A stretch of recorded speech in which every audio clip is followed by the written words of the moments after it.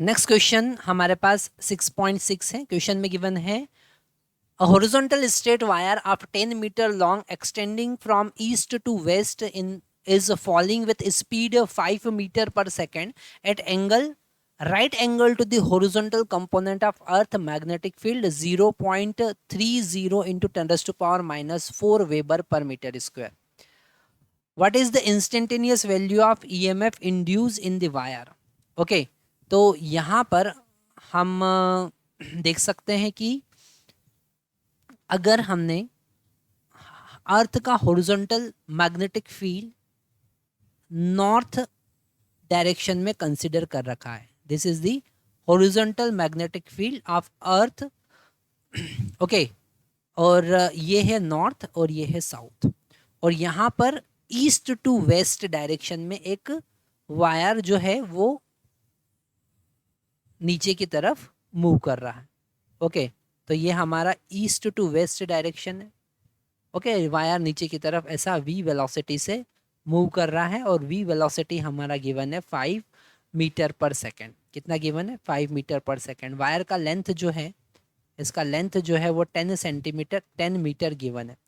Definitely यहाँ पर हमको मोशनल ईएमएफ का कॉन्सेप्ट लगाना पड़ेगा। ओके, मोशनल ईएमएफ का कॉन्सेप्ट हमको लगाना पड़ेगा और वो EMF E is equal to होगा BLV। ओके, यहाँ पर B मतलब अर्थ का हॉरिजॉन्टल कंपोनेंट मैग्नेटिक फील्ड का, that is the 3.3 into 10 raised to power minus 4, so 0.3 into 10 raised to power minus 4। L का वैल्यू यहाँ पर 10 गिवन है और V का वैल्यू 5 गिवन है। यहाँ पर 0.3 इंटू 5 हो जाएगा 1.5 into 10 raised to power minus 3 हो जाएगा, है ना। तो EMF आया 1.5 into 10 raised to power minus 3 volt. Okay, तो यहाँ पर हमारा फर्स्ट A पार्ट सॉल्व हुआ। इसी का अगर हम B पार्ट देखें तो B पार्ट में यहाँ पर गिवन है what is the direction of EMF। B part में यहाँ पर गिवन है what is the direction of EMF। तो EMF का डायरेक्शन फाइंड करने के लिए हम Fleming right hand rule use करेंगे, है ना। तो B पार्ट में आपको लिख देना है we will use Fleming right hand rule, right hand rule.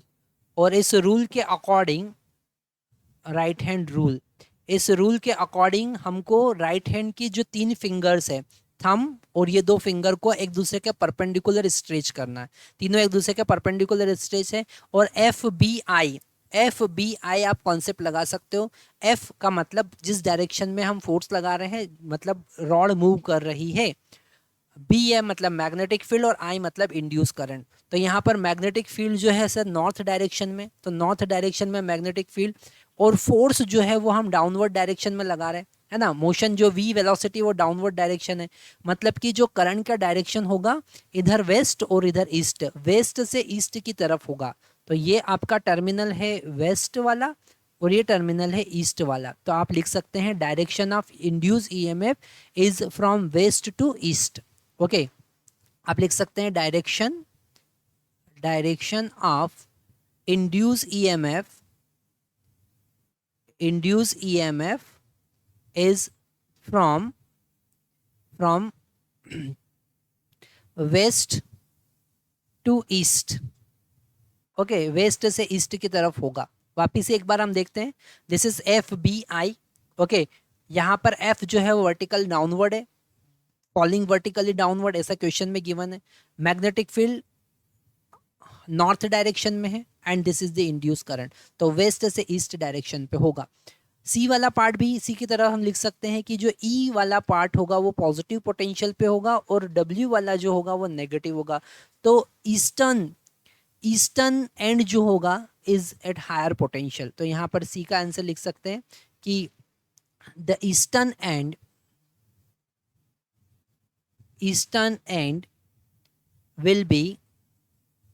will be at higher potential। Okay, eastern higher potential पर होगा, है ना। तो आप यहाँ पर इस क्वेश्चन में BLV का कॉन्सेप्ट लगाने से ज़्यादा इम्पोर्टेंट है कि हम यहाँ पर समझे फ्लेमिंग राइट हैंड रूल कैसे यूज़ करना है, क्योंकि छोटी सी गलती अगर वहाँ पर हुई, राइट हैंड की जगह अगर लेफ्ट हैंड हमने यूज़ कर लिया या फिर हमने सही से डायरेक्शन असाइन नहीं किया, उसको सही से नहीं समझा, तो गलती होने के चांसेस होते हैं और आपका क्वेश्चन गलत हो जाएगा, नेगेटिव मार्क्स मिलने के चांसेस हैं। इसलिए थोड़ा सा ध्यान से इसको समझना है आपको।